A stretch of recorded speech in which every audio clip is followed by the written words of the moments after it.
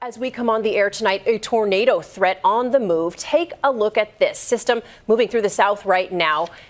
Millions of Americans in the bullseye and still not out of danger in upstate New York tonight, buried in record snow. You see it right there. This Buffalo neighborhood, heavy snow weighing down rooftops, but now a new threat. Warmer temperatures melting that snow. The river's rising, crews rushing to stack thousands of sandbags along their banks.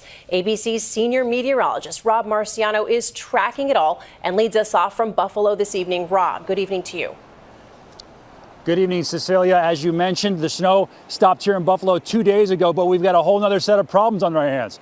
The temperatures are rising and the snow is melting. The rivers are rising as well. And now buildings are buckling under the weight of that now heavy snow. This roof collapsing in the middle of the night. West Seneca Fire Chief Dave Pangella got the call at 3 a.m. They were scared. They said it woke them up out of their sleep, they said, and just a loud banging noise. One of dozens of roof failures across South Buffalo, unable to support 7 feet of snow this week. The roof of this business came crashing down, over $1 million in damage. And now that same snow soaking up rain like a sponge, often sending warning signals of collapse. All this weight on the roofs, what are kind of the warning signs that things may come down? You're going to start hearing like stress cracks and then you'll start seeing cracks in the ceiling. Tonight, a growing fear of flooding has those same firefighters pulling out their swift water rescue gear. The National Guard frantically sandbagging areas expected to flood.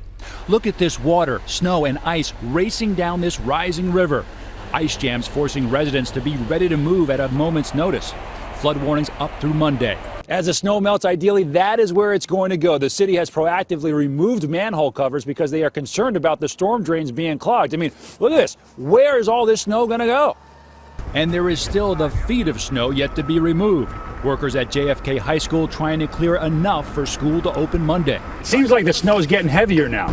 And it's getting wetter, and it's going to get worse because the temperatures hitting 50 and 60 are just going to make this turn into soup, water, slop. Governor Cuomo being optimistic. We hope to get back to work on Monday. Schools will be opened. Behind me is Buffalo Creek, now a raging river, peeling off pieces of snow and ice, carrying it downstream, times jamming that up, causing dangerously erratic water levels. So it's going to be a dicey night for residents who live along this river. And then tomorrow, the temperatures are going to rise into the 60s, and we'll get some moisture on top of that. So that's going to accentuate the snow melt for sure. It's going to be windy, too, all part of a huge system that brought that severe weather across the south tonight. Potentially tornadoes in Georgia and Alabama and Florida. Now that tornado threat moves off to the east into the Carolinas. Cecilia?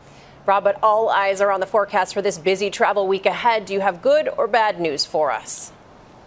We're watching another storm that's going to be developing potentially off the East Coast. The I-95 corridor will get either rain or snow, a little too close to tell at this point. For sure, we'll see colder air, though, coming into the Midwest behind that on Wednesday and Thursday. Rob, Cecilia? thank you very much.